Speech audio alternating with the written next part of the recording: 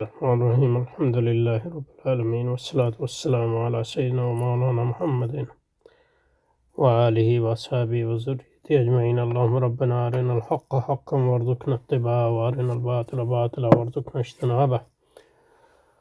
اللهم أرنا حقائق الأشياء كما هي. ربنا زدنا علما وعملا وإخلاصا يا رب العالمين. ربنا زدنا علما وعملا وإخلاصا يا رب العالمين. اللهم انصر أولياءك في غزة وفي فلسطين كلها وفي اليمن وفي إيران وفي لبنان وفي كل بلاد في كل مكان يا رب العالمين. اللهم انصرهم على عدوك وعدوهم إنك على كل شيء قدير. اللهم فرج عنا وعن إخواننا في غزة وفي فلسطين كلها وفي كل مكان يا رب العالمين. اللهم نفس كربنا وكربنا وثبت أقدامنا وأقدامهم والطف بنا وبهم يا أرحم الراحمين يا رب العالمين.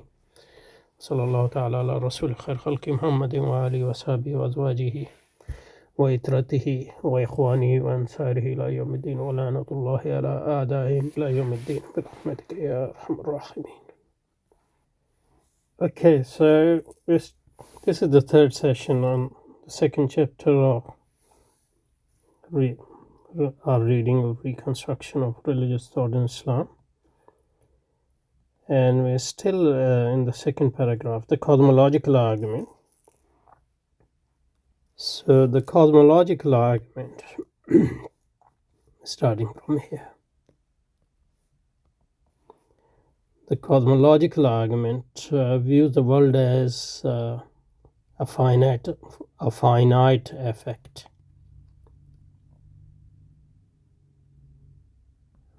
So finite is important and effect is important.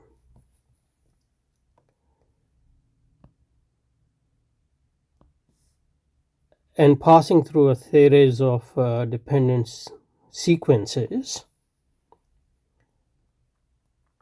So there's a whole sequence of related as cause and effect. So it's this whole sequence of events.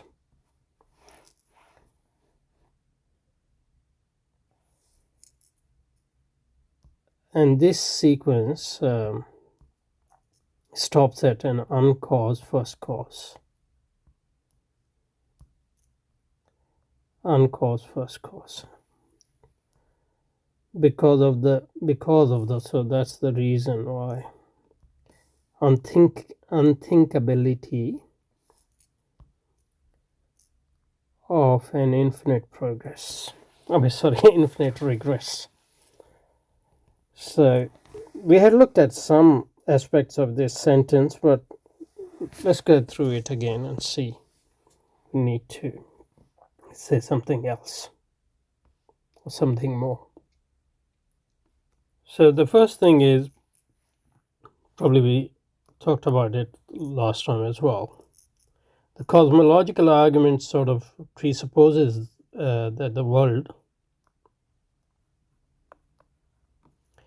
so in this here Iqbal says world as a finite effect. The cosmological argument views the world as a finite.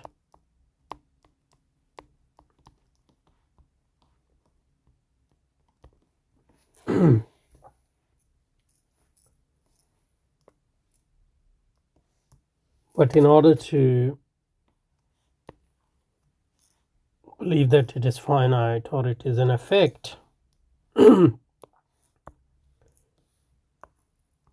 you actually have to presuppose that the world exists.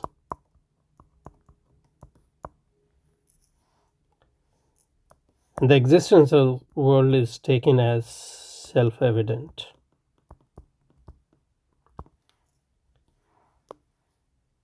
And we talked last time about what self-evidence is. Self-evidence in the sense that it doesn't need any evidence, any further evidence, because it is its own evidence. Or in other words, it's so obvious that it doesn't need evidence, or there's no contention about it, and there's no reason to doubt it. But as we know from Descartes, there can be many reasons. You might not believe in those reasons.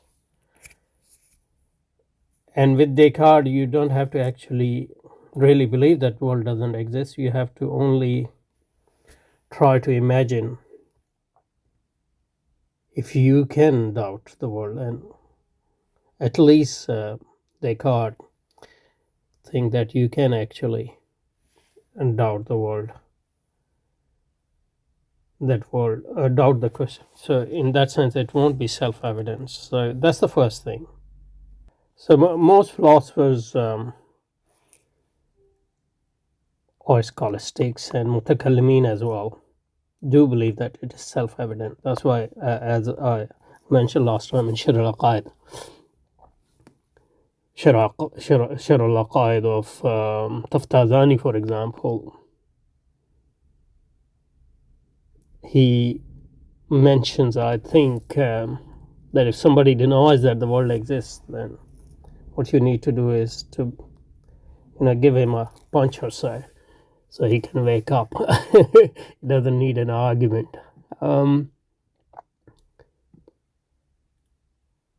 But others have tried to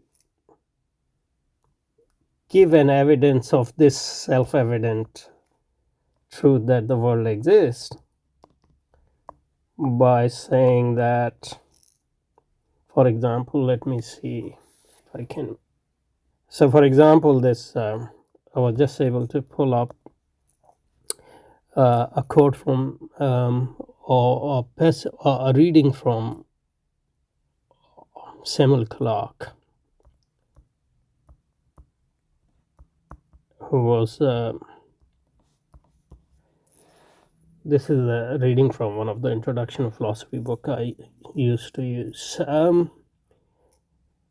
He is 1675, 1729, English theologian and philosopher, a close friend of Newton. And this reading I have is on a modern version of cosmological argument, is from his book, A Demonstration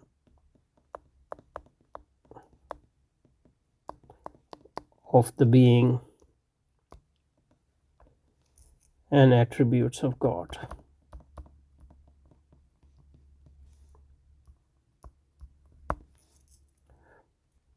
I don't think I have a PDF or online version of this. I'll just check in a minute. If I have, I'll just show you as well. So this is from Clarke, and what he says here is, first then is absolutely and undeniably certain that something has existed from all eternity. I don't know why he talks about eternity, because if it has existed from eternity, you don't need any cause of it, because you can never have a point where it actually started. And that's actually an argument against the cosmological argument.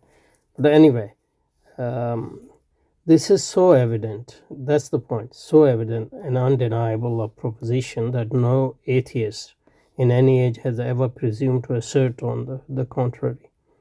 Well, but we mention Descartes, even though Descartes is not an atheist, for example, and therefore there is little need of being particular in the proof of it. But he still gives some proof of sort for sins, and that's his sort of proof, or maybe his reason for not having a proof or no need for proof. Something how is for okay, so for since something now is, that is this proposition, it is evidence. So the fact that now something exists right now, it is evident that something has always was, or otherwise always was. So that's his argument for no need of proof. that something exists and it is evident, it means there was something before this point as well. Otherwise, the thing now that now are must have been produced out of nothing.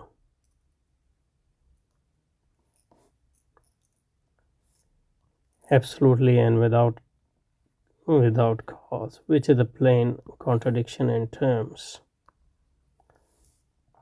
So what he's saying is, let's unpack this and then we'll go back to Iqbal. So what Clark is saying is, it is certain that something has existed from all eternity.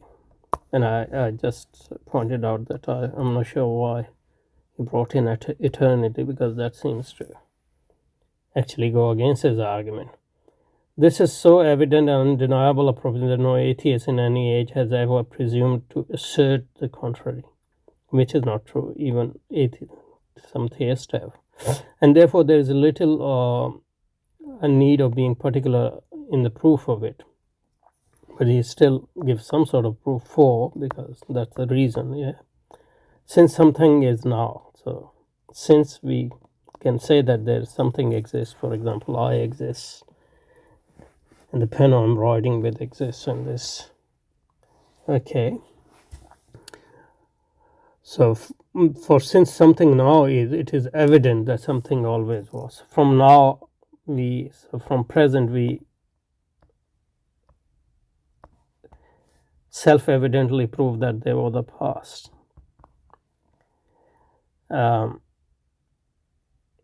So there's no infinite present, for example. This moment is not infinite, so it is going to pass. I mean, Zeno might not agree, for example. For since something now is, it is evident that something always was. Okay, otherwise the things now are must have been arisen out of nothing. So if this now wasn't was, that would imply that this now has come out of nothing.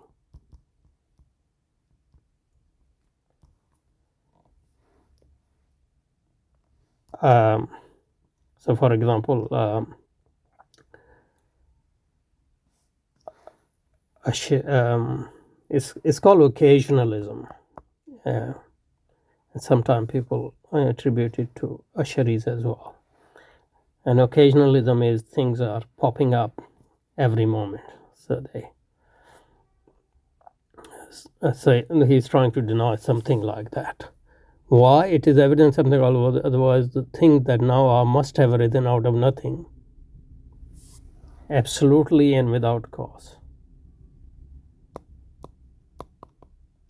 That's not necessary, because, for example, many occasionalists were theists, for example. So God is like, maybe Berkeley, we can call it, was an occasionalist.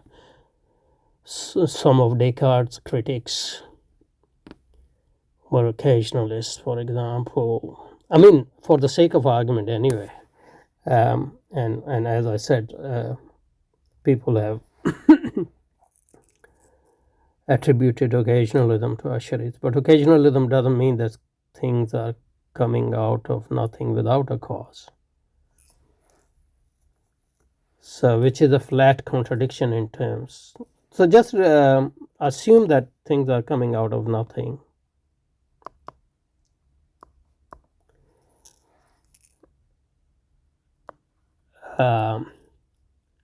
Without a cause.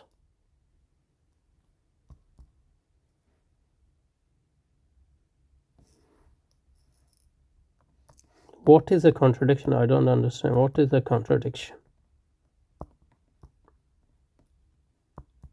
Because unless, I mean, he is supposing that this is an effect. But if you don't assume that it is an effect, then it might be hard to believe. It might be even wrong, but I don't see any contradiction as such. Contradiction is something logical. It has nothing to do with like existence or physics. unless you say something which involves contradiction in the way you are talking. So that's that's a bit of digression in a way, but I thought that was a good digression. So that's what Iqbal was talking about when he was talking about the cosmological argument views the world as a finite effect.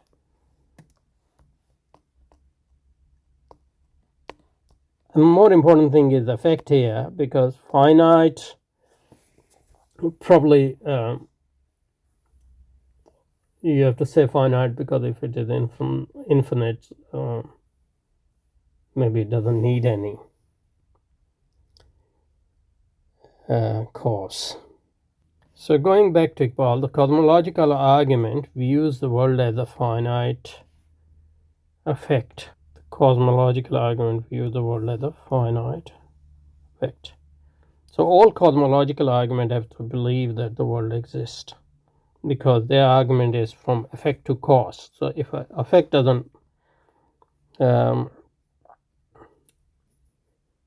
exist, then there's no point in arguing for the cause.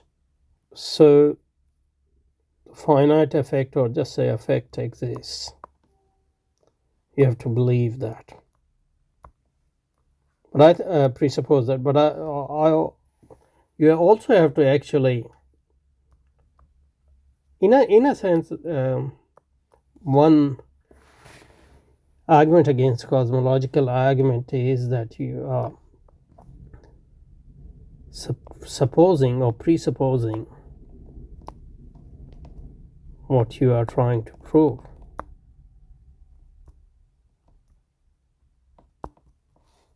That would be a counter argument, because you're already saying it's an effect. That's one thing. Because once you are saying effect, then you are going to say it should have cause. But once you have assumed that it is an effect, then obviously you are assuming what you are trying to prove. So probably cosmological argument doesn't just need to prove that the world exists, but also that this existence is an effect. Because with and I'm sure this is one of the argument against cosmological arguments, that even with the effect, like a particular thing in the world might be an effect. Yeah. So the words are coming out of mouth, that might be an effect of my intention, for example. These are particular events in the world. If I throw a pebble in a pond, then it is going to make waves. So that's the cause and effect. So, but these are particular events. Irrespective of other problems, that's not the same thing as the world as the totality of what exists. Because what we have never actually observed the world as a totality of effect. What we observe is particular events. So if we are making an argument about particular effect, that is not necessarily you have to prove that it can be. You would have to also prove that it can be transferred to the world as a totality of effects, or totality of what exists, for example. Because totality of what exists is not the same thing as a particular event or a particular thing. So that's one possible argument against the cosmological argument, its presupposition. Okay. Probably we should stop here. Let's see what comes afterwards. So the cosmological argument views the world as a finite effect. finite effects passing through a series of dependent sequences.